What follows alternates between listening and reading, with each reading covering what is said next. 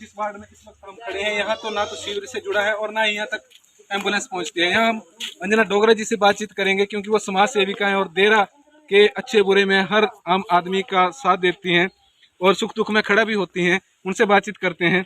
सबसे पहले तो आपका स्वागत है तहलका लाइव टाइम। धन्यवाद जी, मैं आपका भी बहुत बहुत धन्यवाद करती हूँ जो आप मीडिया इतना सुखी है कि आप सभी के दुख सुख को पब्लिक के आगे, सरकार के आगे पेश करते हैं। मैं आपका बहुत बहुत धन्यवाद करती हूँ। अपने कांगड़ा के बाली जी की, मैं आज बाली जी स्वर्ग है, मैं उनको नमन करती हूँ। उन्होंने अगर बाली जी के टाइम में नगर परिषद ने साथ दिया होता तब कांग्रेस और बीजेपी करते रहे ये लोग, तो बस स्टैंड जो था वो यूके मोड़ में बनना था और टैक्सी स्टैंड जो था वो इधर बस स्टैंड में बनना था, कोई दिक्कत नहीं रहनी थी।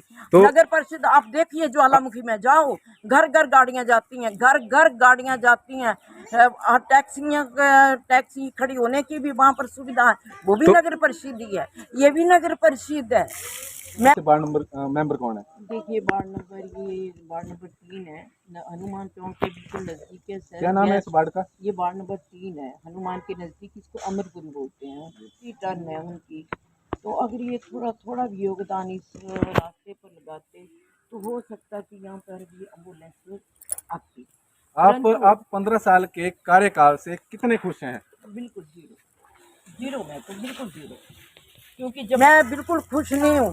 क्योंकि अगर जो धूमल जी थे ना, अपने सीएम थे, मैं किसी नेता की प्रशंसा नहीं करूँगी, तो देखो उन्होंने हमको स्वर्ग बना दिया, बनाया उन्होंने स्वर्ग।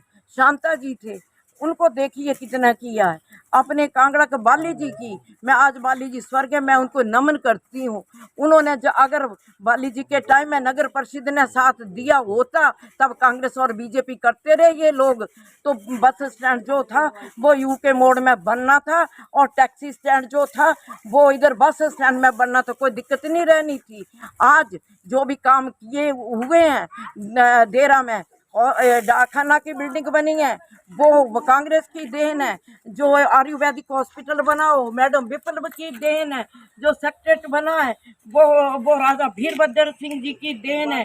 मैं कांग्रेस का भी धन्यवाद करती हूँ और बीजेपी भी वालों का भी धन्यवाद करती हूँ। अभी देरा की बेटी है कमलेश ठाकुर ने, यहाँ से हैं, उनके कार्यकाल से कितना खुश हैं आप? देखिए क्या वो काम कर रही है देरा में? नहीं, वो काम कर रही है देरा में काम वो कर रहे हैं, अच्छा काम कर रहे हैं। देखने तो आपने अपने इस नगर परिषद की समस्या लेकर आप डेपुटेशन लेकर मिलने नहीं गए? मैं सीएम साहब के पास गई थी, मैं तपोवन में सीएम साहब से मिलने गई थी और उनको डॉक्यूमेंट्स भी दिए थे।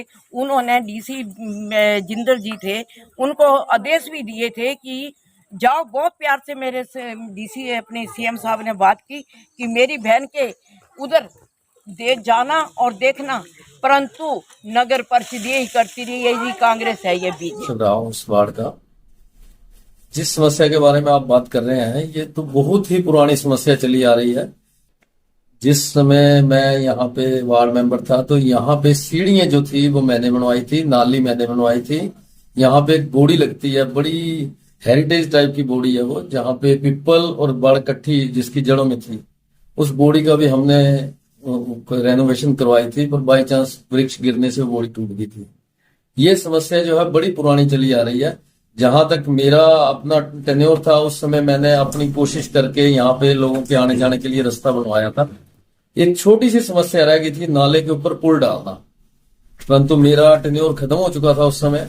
उसके बाद हमारे नगर परिषद के जो इस समय अध्यक्षा हैं वो वहां की मेंबर भी हैं, तो वो उनके ऊपर डिपेंड करता था वो बजट में वो कितना डाल सकते थे, उसमें उन्होंने क्या करवाया है वो उनके ऊपर डिपेंड करता है। नगर परिषद के ईओ अक्षित गुप्ता ने कहा कि इस रास्ते के लिए 22 लाख रुपए का एस्टीमेट बनाकर डीसी कांगड़ा को भेजा गया है। स्वीकृति मिलते ही काम शुरू करवा दिया जाएगा। वहीं नगर परिषद की अध्यक्ष सुनीता ने कहा कि रास्ते के बीच में नाला पड़ता है जिस पर बड़ा पुल बनेगा और परिषद के पास इसका बजट नहीं है।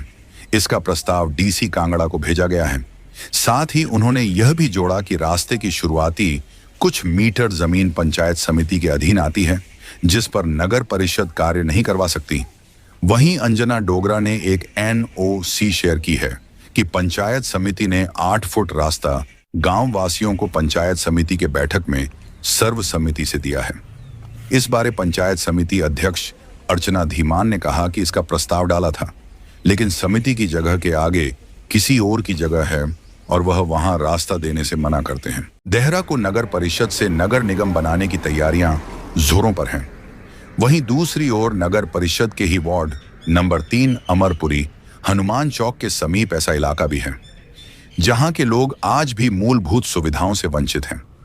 आजादी के 75 साल बाद भी यहां की लगभग 20 परिवारों की बस्ती में एम्बुलेंस तो दूर, साइकिल भी नहीं पहुंच सकती।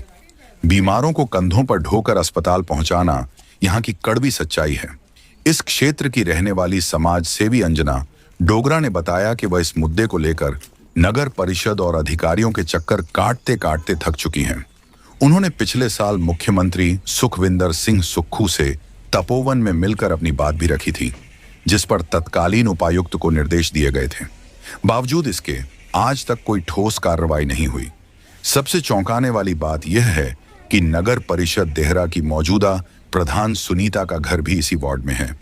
वह बीते 15 वर्षों से लगातार प्रधान पद पर काबिज है, लेकिन अपने ही वार्ड के लोगों को सड़क और स्वास्थ्य जैसी बुनियादी सुविधाएं तक नहीं दिला सकी। अंजना डोगरा ने बताया कि अक्सर नगर परिषद के ईओ और जेई की यही जवाबदेही होती है। उन्होंने ऐसे लापरवाह अधिकारियों के तबादले की मांग की है ताकि विकास कार्यों में बाधा समाप्त हो सके।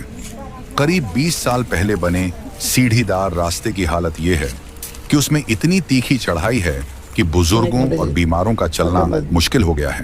बरसात में यह रास्ता जानलेवा बन जाता है। कई लोग फिसलकर चोटिल हो चुके हैं। अंजना डोगरा ने बताया कि हनुमान चौक के समीप प्रवासी मजदूरों की दर्जनों झुग्गियां हैं जहां खुले में शौच किया जाता है। इससे न सिर्फ गंदगी फैलती है बल्कि स्वच्छ भारत अभियान की गंभीर अवहेलना भी हो रही है। ये हमारे साथ ही आपको समस्या बताने आ रहे थे, तो देखो इनका क्या हाल हो गया। अगर हमारे ऐसे किसी आदमी को भी कुछ हुआ तो इसकी जिम्मेवारी नगर परिषद देहरा की होगी।